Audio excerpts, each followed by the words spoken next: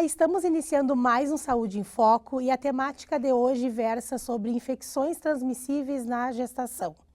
Para abordar a temática, então, nós estamos com a enfermeira e mestre em saúde materno-infantil, Márcia Balchum, e a enfermeira, e mestranda do programa de pós-graduação em saúde materno-infantil, Patrine Paz. Sejam muito bem-vindas ao programa de hoje, para essa discussão tão importante, não só para a prática clínica, mas fundamentalmente para a qualidade de vida das gestantes. Então, a gente sabe que as infecções transmissíveis na gestação, elas são muito recorrentes na atualidade, são evidenciadas tanto na literatura, quanto na prática clínica do profissional enfermeiro. E você teve a oportunidade, Márcia, de trabalhar essa temática durante o teu processo de mestrado, tanto na pesquisa quanto na consolidação de uma produção técnica. Como que surgiu o interesse em falar sobre infecções transmissíveis, mais especialmente sobre clamídia e gonococo na gestação? A escolha dessa temática se deu depois de uma participação juntamente com as gestoras da saúde da mulher e HIV/AIDS do município.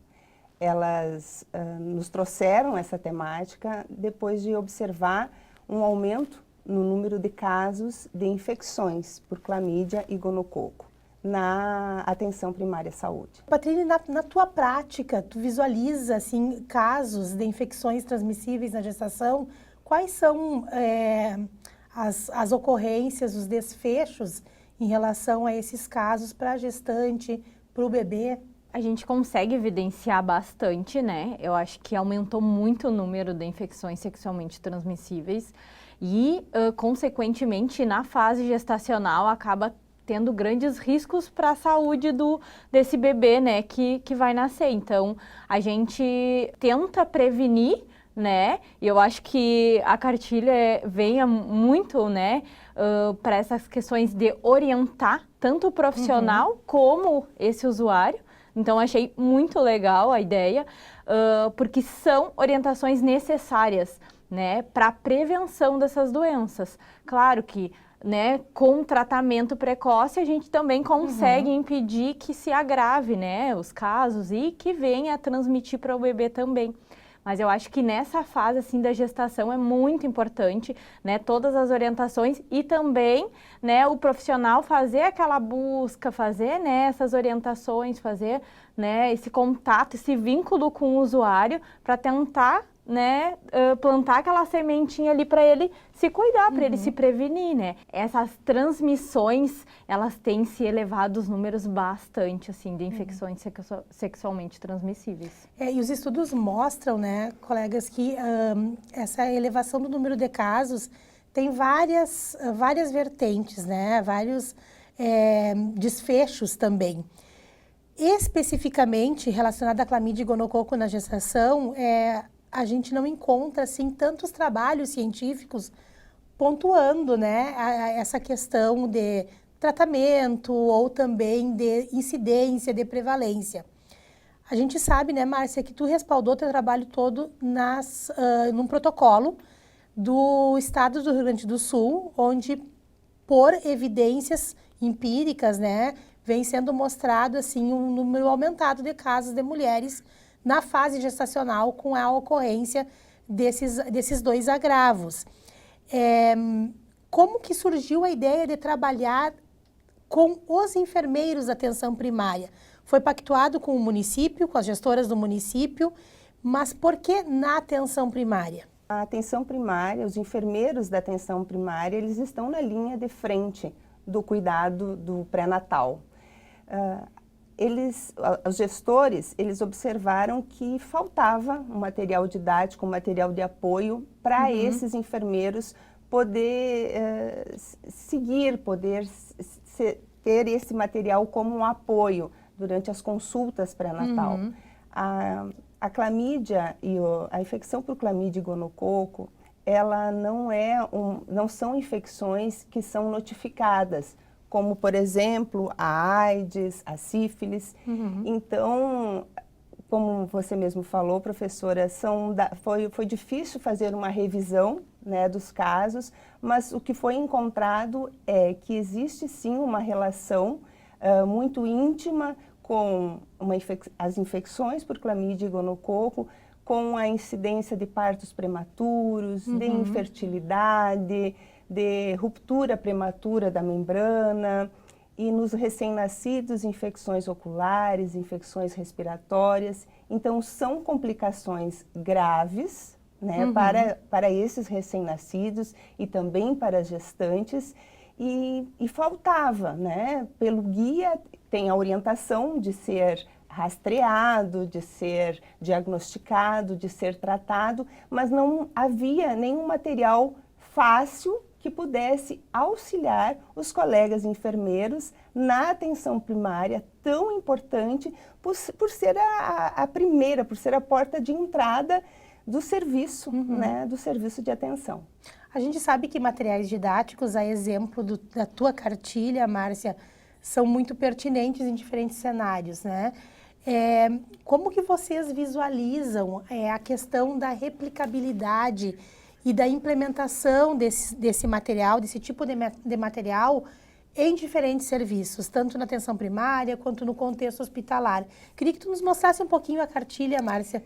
Sim, a cartilha foi elaborada através de encontros com os colegas enfermeiros da atenção primária, onde eles relataram essa falta de material, uma falta de um fluxograma que facilitasse essa abordagem da infecção por clamídia e gonococo.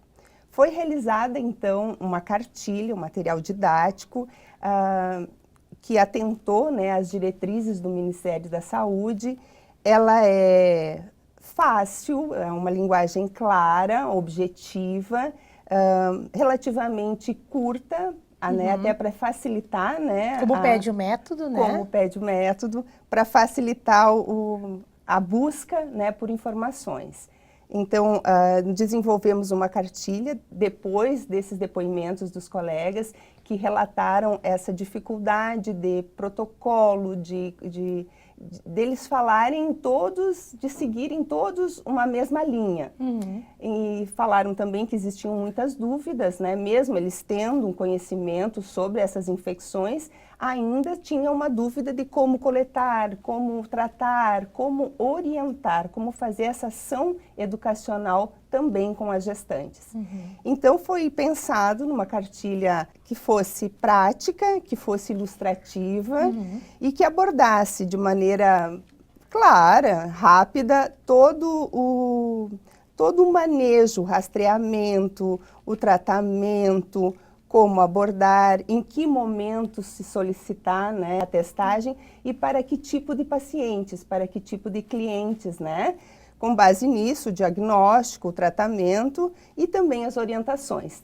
Quando positivo, né, a testagem positiva, também tratando o parceiro, né, o parceiro da gestante com resultado positivo. E esse tipo de material didático, Patrícia, tu visualiza como importante também para o setor terciário, para o contexto hospitalar? Sim, com certeza. Eu acho que a atenção primária, ela é o início da construção ali do vínculo, né? Da comunicação com o usuário. Eu acho que já inicia ali, tu colocando o usuário como protagonista também do cuidado dele, né? Então, ele também ter acesso aos instrumentos, assim, a cartilhas, a outros instrumentos que vão auxiliar na orientação é importantíssimo. Só que quando ele vai já para o nível terciário, né? Que a gente tem os hospitais ou algumas questões mais especializadas ali, eu acho que é extremamente importante, porque ele vai ainda dar subsídio para o profissional para seguir aquelas orientações, né? Porque muitas vezes o profissional ele até sabe o que falar, ele tem o conhecimento, mas ele não sabe como direcionar aquela comunicação, como direcionar aquela orientação para aquele usuário, né, para aquele paciente. Então eu acho que é uma forma de ajustar, de construir ali objetivamente uma orientação, né, de forma mais clara, de forma mais eficaz, né, qualificando ali o cuidado, né. E o teu material didático, Márcia, pode também ser usado por estudantes de graduação, né? Pode. Sala de aula. Podem ser usados sim, como consulta, pode ser usado também por eles no campo de estágio, né? Residentes, né, pelas residentes da enfermagem obstétrica. Pode. E quais são os próximos passos, Márcia? Você já apresentou essa cartilha para os enfermeiros da atenção primária? Na realidade, já foi validada com eles, né, anteriormente. Quais são os próximos passos para efetivação da implementação na rede de saúde materno-infantil aqui do nosso município? A cartilha foi entregue para gestoras, né, da saúde da mulher e HIV/AIDS, para que seja replicada, que seja oferecido o treinamento, né, aos enfermeiros da atenção primária em saúde, na modalidade online. Ela vai estar disponibilizada no NEPs, né, do município, e também na forma física, né, disponibilizada em cada unidade na forma física. Cartilha por si só não muda comportamentos, né? Mas é um material disparador para a mudança desse comportamento, principalmente pelo vínculo, pela conversa entre enfermeiros e gestantes, né? Ou enfermeiros e gestante, com apoio, a rede de apoio dessa gestante durante o pré-natal.